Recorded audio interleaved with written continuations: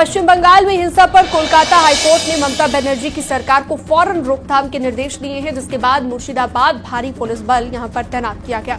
वहीं वक्फ कानून पर ओवैसी के मुस्लिमों को भड़काने वाले बयान जारी हैं और जिस पर बीजेपी और कई मौलानाओं ने ऐतराज जताया है। आपको रिपोर्ट में दिखाते हैं।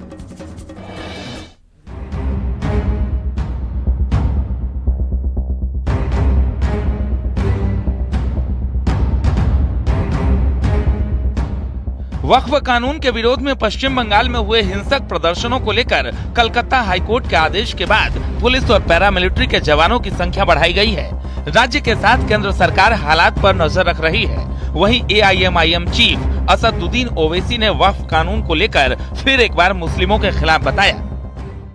तेलंगाना और आंध्र प्रदेश के मुस्लिम पर्सनल लॉ बोर्ड के मेंबर्स इस पब्लिक मीटिंग में हिस्सा भी लेंगे और अपनी स्पीचेस और अपने खिताबात के जरिए आवाम को बताएंगे कैसा ये वक्फ अमेंडमेंट बिल वक्फ के मुफाद में नहीं है। बीजेपी नेता ने मुर्शिदाबाद हिंसा को लेकर ममता सरकार पर बंगाल को बांटने का गंभीर आरोप लगाया है। ममता बनर्जी संभवतः उस रास्ते पर जा रहे हैं जिस रास्ते पर एक बार बंगाल का विभाजन 1905 में हुआ था। वह कर्जन की भूमिका में हैं। अपनी भूमिका बदलें और देश के एकता अखंडता के लिए वे संविधान के शपथ के अनुसार काम करें। मुस्लिम धर्मगुरु मौलाना शहाबुद्दीन रजवी बरेलवी ने पश्चिम बंगाल में हुई हिंसा में मारे गए लोगों पर अफसोस जताया, तो वहीं साजिद रशीदी ने विपक्ष पर मुसलमानों को भड़काने का आरोप लगाया कि ये जो बिल है वक्फ संशोधन बिल, इससे आम मुसलमानों को कोई नुकसान नहीं है। अब कोर्ट जाने के बाद ऐसा क्या रह गया इसमें कि तुम सड़कों पे भी मुसलमानों को निकाल रहे हो। ये असल में देश में दंगा कराना चाहते हैं, खासतौर से ओवैसी देश में दंगा कराकर मुसलमानों को भड़काकर एक बड़ा आंदोलन छेड़ना चाहते हैं, हिंदू मुसलमान करना चाहते हैं। और फिर ये होगा कि जब बड़े तौर पर ये झगड़ा होगा, ये फसाद होगा, तो इनको कहने का मौका मिल जाएगा कि देखो मुसलमान अब सेफ नहीं है हिंदुस्तान में, अब हमें अलग मुल्क दे दो। ये ऐसा करना चाहते हैं, ये उनकी सोच है। बीजेपी विधायक शुभेंदु अधिकारी ने सोशल मीडिया प्लेटफॉर्म पर वीडियो जारी कर मुर्शिदाबाद के धुलियान से 400 से ज्यादा हिंदुओं के पलायन का आरोप लगाया है। Bureau report, news 18। मथुरा में वृंदावन पहुंचे जगतगुरु रामभद्राचार्य ने पश्चिम बंगाल में हो रही हिंसा पर अफसोस जताया। वक्फ बिल के नाम पर विपक्षी नेताओं के जरिए मुसलमानों को भड़काने का भी ऐतराज जताया है। आपको रिपोर्ट में दिखाते हैं।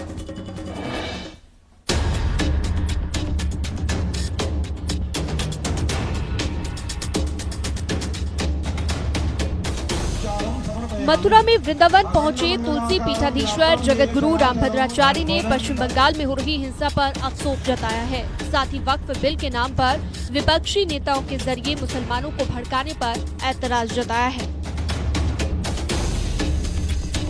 वक्फ बिल संशोधन को लेकर आज भी कोलकाता में हंगामा हुआ है, बवाल हुआ है, उसको लेकर क्या कहेंगे? ये मूर्ख है मुसलमान। वक्फ बिल संशोधन को लेकर आज भी कोलकाता में हंगामा हुआ है, बवाल हुआ है, उसको लेकर क्या कहेंगे? ये मूर्ख है मुसलमान। रामभद्राचार्य ने वृंदावन में अपनी प्रतिज्ञा फिर दोहराई। उन्होंने कहा कि जब तक श्री कृष्ण जन्मभूमि का फैसला नहीं होता, तब तक वो बांके बिहारी जी के दर्शन करने नहीं जाएंगे। साथ ही रामभद्राचार्य ने यमुना की सफाई को लेकर भी चिंता जताई है।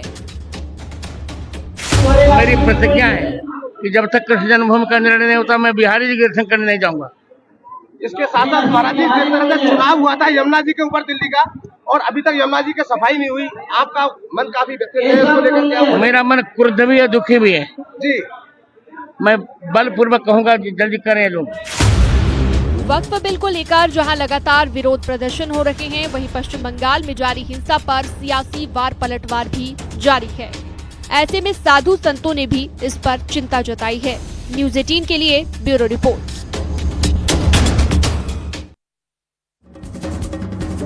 अयोध्या में रन फॉर राम मैराथन का आयोजन किया गया। रामपथ पर इस मैराथन का आयोजन हुआ और खेल राज्य मंत्री ने हरी झंडी दिखाई। राम मंदिर ट्रस्ट के सदस्य भी इसमें शामिल हुए। क्रीड़ा भारती की तरफ से मैराथन का आयोजन किया गया था और 3 कैटेगरी में ये मैराथन आयोजित की गई है।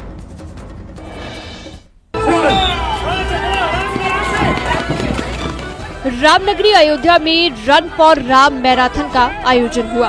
खेल राज्य मंत्री गिरीश यादव और राम मंदिर ट्रस्ट पदाधिकारी ने हरी झंडी दिखाकर मैराथन की शुरुआत की।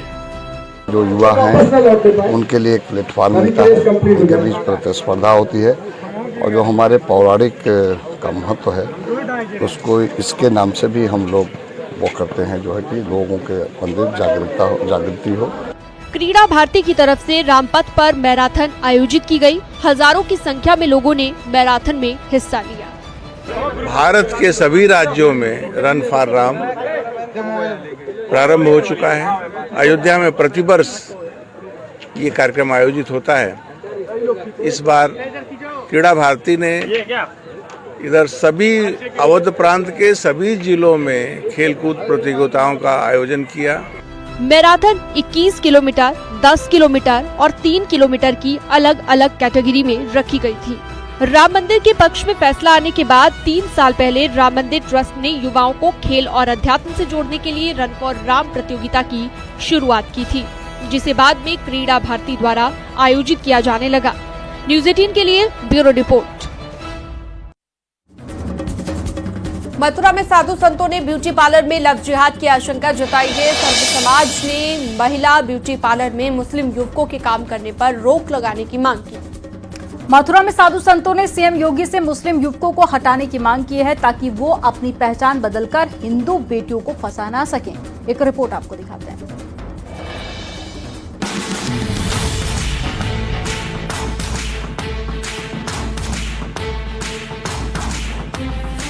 मथुरा वृंदावन में संत समाज ने लव जिहाद के बढ़ते मामलों को रोकने की मांग की है। इसके लिए संत समाज ने महिला ब्यूटी पार्लर में मुस्लिम युवकों के काम करने पर रोक लगाने की मांग की है। हमारी सरकार से मांग है कि महिलाओं के सैलून में, ब्यूटी पार्लर में मुस्लिम युवकों की नौकरी नहीं देनी चाहिए, उनकी आवाजाही बंद होनी चाहिए, क्योंकि ये लोग हाथ में कलावा बांधते हैं, माथे पर टीका लगाते हैं, हिंदू वेश धारण करते हैं और जो ब्यूटी पार्लर में हमारी जो बहन बेटियां जाती हैं उनको बहला फुसलाकर प्रेम जाल में फंसा लेते हैं। संत समाज ने सीएम योगी से मांग की है कि प्रशासन की ओर से महिला ब्यूटी पार्लर्स में जांच करवाई जाए और वहां काम कर रहे मुस्लिम युवकों को हटाया जाए।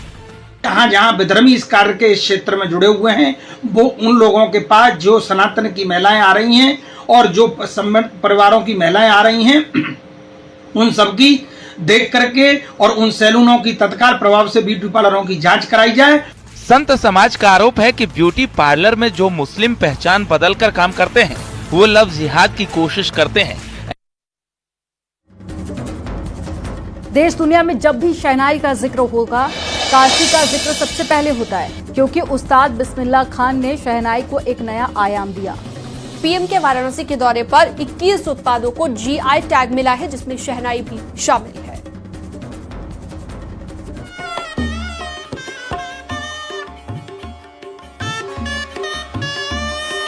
धर्मनगरी काशी में संगीत रचा बसा है। यहाँ का बनारस घराना देश विदेश में अपने संगीत वाद्य यंत्रों की विद्या के लिए जाना जाता है। काशी में इन वाद्य यंत्रों में खास शहनाई को भी तैयार किया गया है, जिसे अब और बड़ी पहचान मिली है। पीएम मोदी ने अपने काशी दौरे में यहाँ बनने वाली शहनाई को जीआई टैग सर्टिफिकेट दिया, जिसके बाद अब से यहाँ उत्पादन जियोग्राफिकल इंडिकेशन यानी कि जीआई के रूप में भी जाना जाएगा। पीएम मोदी ने जनसभा में मंच से काशी के रमेश कुमार को जीआई का सर्टिफिकेट दिया। उनकी 4 पीढ़ियां इस काम में लगी हुई हैं और अब उनकी मेहनत रंग लाई है। जीआई मिलने के बाद रमेश कुमार और उनका पूरा परिवार बेहद खुश है। कैसे शहनाई बनती है और सबसे पहली बात जो है वो शहनाई को लेकर के जीआई टैग मिला, तो रोजगार को लेकर के कितना फायदा होगा और कितना परिश्रम का आप लोगों को फल मिला। सर अब ये मुकाम तो हम नहीं जानते थे कि ऐसा हमको वो हो जाएगा, लेकिन आज ये मोदी जी का और समझिए योगी जी का देन है कि हमको सम्मानित मिला। ये अब बहुत खुशी की बात है और उनका जितना समझ लीजिए कि उनका हर एक चीज जो हम निकालते हैं हम लोग को सब कुछ प्राप्त हुआ है। शहनाई को बनाने में 2 से 3 दिन का समय लग जाता है। इसे बहुत ही बारीकी के साथ तैयार किया जाता है। ये शीशम और सागवान की लकड़ी से बनाई जाती है। देश के अलग अलग हिस्सों से काशी की शहनाई को बनाने की डिमांड आती है। शहनाई घराना समझ लीजिए इसी जगह से बनारस से हुआ है, काशी से, और ये बनारस का ऐसा बनावटी होता है कि हम लोग इसका कुछ जो बचता है बहुत अलग ढंग का रहता है, अच्छा लगता है। तो आज बहुत दूर दूर के लोग, बनारस से ही लोग शहनाई के लिए डिमांड रखते हैं, वहाँ से मंगवाते हैं बनारस। पेटेंट एक ऐसी ताकत है जिससे उस कला का कोई नकल नहीं कर सकता, उस नाम से कोई बाजार में अपना सामान नहीं बेच सकता। इससे उस विशिष्ट कला को कहीं भी विश्व के किसी भी क्षेत्र में हम भेजते हैं तो उसकी विश्वसनीयता मानी जाती है कि हाँ ये कला, ये उत्पाद वहीं विशेष क्षेत्र का है। उससे उसको उचित मूल्य मिलता है और जो उसके कलाकार हों उसको पर्याप्त सम्मान मिलता है। किसी उत्पाद को जीआई टैग के जरिए किसानों और कारीगरों को बाजार में बेहतर दाम मिलते हैं। इससे रोजगार के नए अवसर मिलते हैं। सरकार के प्रयासों के चलते यूपी जीआई टैग प्राप्त उत्पादों की संख्या में लगातार शीर्ष पर बना हुआ है। यहाँ 77 जीआई उत्पाद जीआई टैग वाले हैं। बनारस में शहनाई के अलावा तबला, भरवा मिर्च, लाल पेड़ा, ठंडाई, तिरंगी बर्फी शामिल है। काशी में 32 उत्पाद जीआई टैग वाले हैं जो लाखों लोगों को रोजगार देता है। वाराणसी से न्यूज़ 18 के लिए रवि पांडे की रिपोर्ट।